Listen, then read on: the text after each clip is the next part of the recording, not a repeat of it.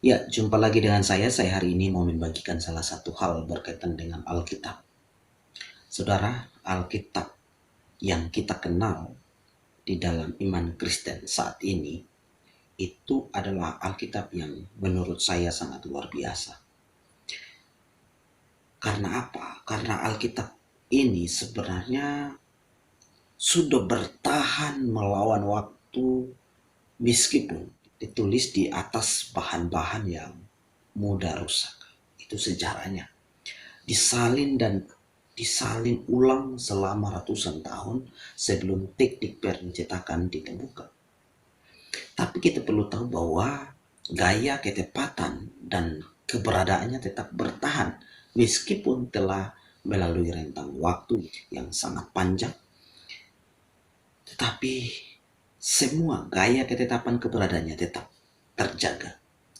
Orang-orang Yahudi itu melindungi Alkitab ini dengan cara yang sangat luar biasa menurut saya.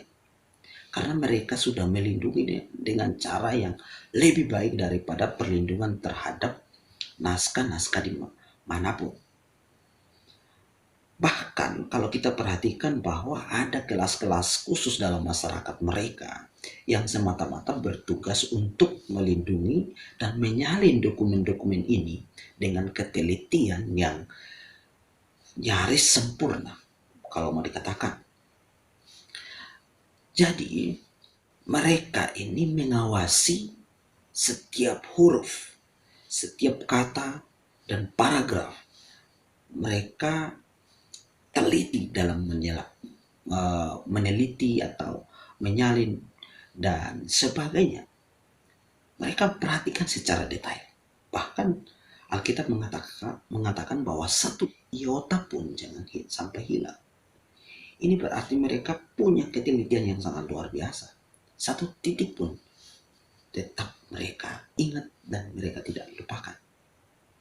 Dan mereka adalah ahli kitab, ahli Taurat, ahli naskah atau masoret. Namun saudara, akhir-akhir ini kita mendengar berita bahwa Alkitab bahasa Minangkabau resmi dihapus dari Play Store atas permintaan Gubernur Sumatera Barat. Apakah kita perlu menyalahkan? Apakah kita perlu panik? Apakah kita perlu marah? Kita sudah tahu bahwa dengan alasan-alasan yang telah dicantumkan di dalam surat yang dikeluarkan oleh Gubernur Sumatera Barat, akhirnya Alkitab bahasa Minangkabau ini resmi dihapus dari Play Store. Saudaraku, saya melihat ini sebagai kejadian yang terulang. Mengapa saya katakan demikian? Karena kejadian pencekalan Alkitab ini bukan baru satu kali terjadi, tetapi sudah terjadi berulang kali sejak dulu kala. Jika demikian, seharusnya kita saat ini tidak mengenal Alkitab. Tapi pertanyaannya, apakah Alkitab hilang dan tidak eksis lagi karena kejadian tersebut? Jawabannya tidak, saudara. Justru kita melihat bahwa Alkitab akhirnya kita bisa pegang, kita bisa membaca, kita bisa melihat. Walaupun sudah mengalami yang namanya dicekal, tetapi dia masih eksis. Jadi Alkitab justru tetap eksis dan Alkitab juga telah bertahan terhadap penindasan keji dan kritik dari musuh-musuhnya lebih dari buku manapun. Semua orang mengkritik Alkitab, tetapi dia tetap eksis.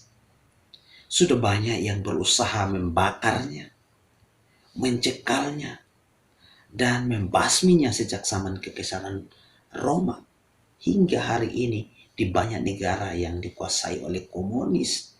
Bahkan negara kita yang akhirnya kita dengar bahwa Alkitab Minangkabau mau dihapus dan akhirnya direstui dan dihapus. Ini terjadi. Artinya bahwa Alkitab terus akan diserang. Ada seorang yang namanya Voltaire.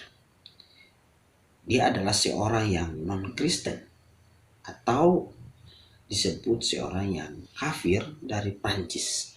Ia meninggal dunia pada tahun 1778, mengatakan bahwa dalam 100 tahun sejak zamannya, agama Kristen akan musnah dari muka bumi dan hanya menjadi bagian dari sejarah. Namun apa yang terjadi? Voltaire telah menjadi sejarah. Sedangkan permintaan akan Alkitab terus meningkat di seluruh penjuru dunia, membawa berkat kemanapun Alkitab datang. Ini sangat luar biasa. Dan pada tahun 303 Masehi, ada seorang tokoh atau kaisar, bisa disebut kaisar, Diocletianus. Ia mengeluarkan maklumat untuk melarang orang Kristen beribadah dan memusnahkan Alkitab mereka. Surat kaisar disebarkan kemana-mana untuk memaklumkan dengan resmi,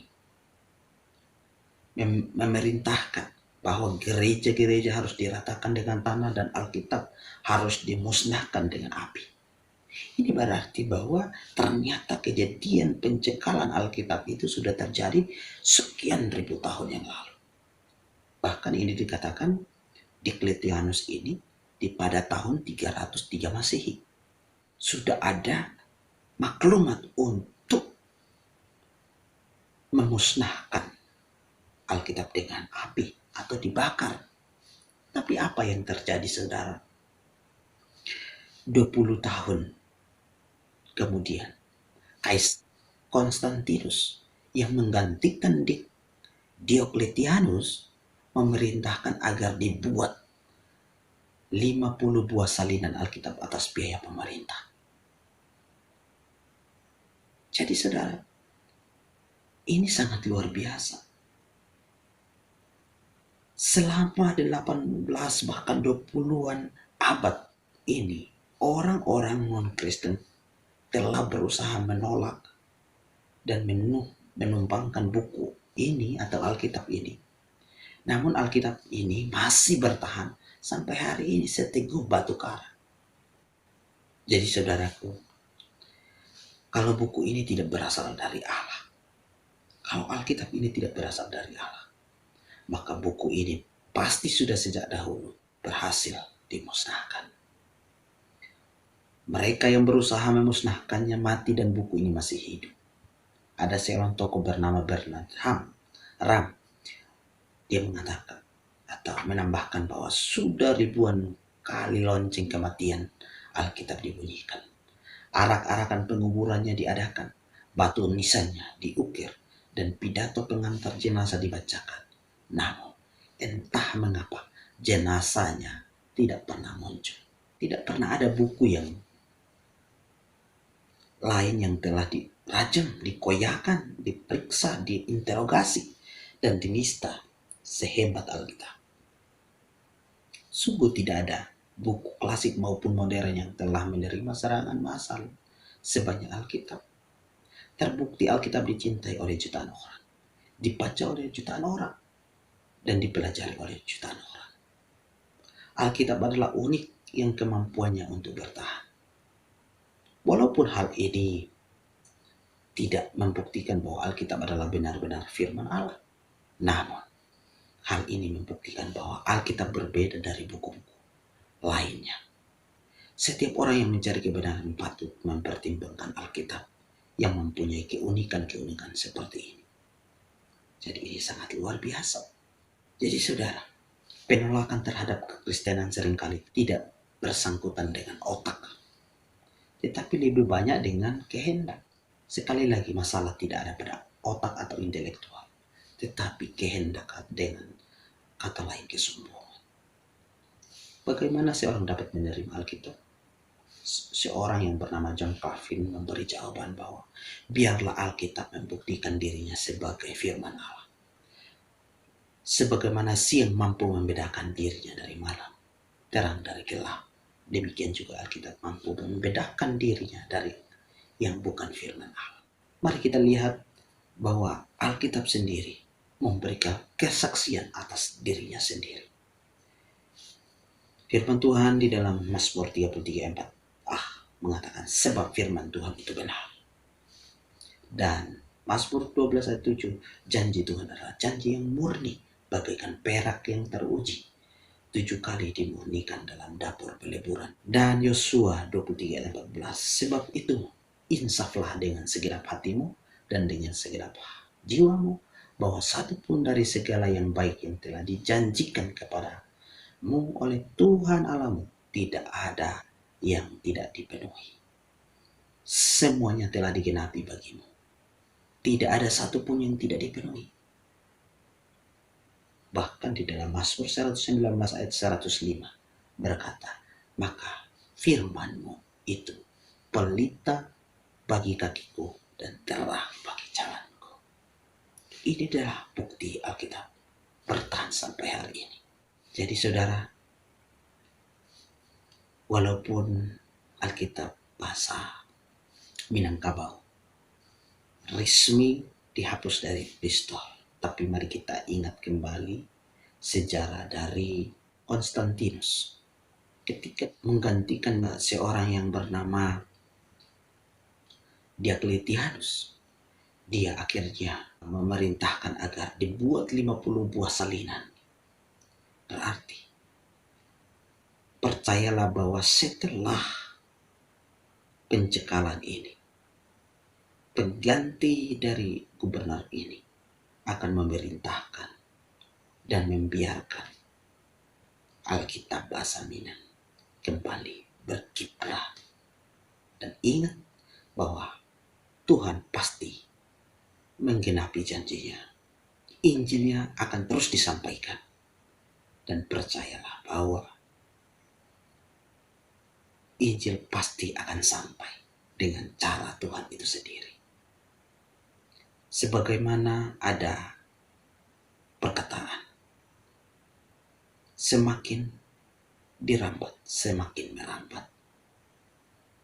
Semakin dicekal, semakin akan berbuahkan kemenangan dan keberhasilan. Kiranya Tuhan Yesus memberkati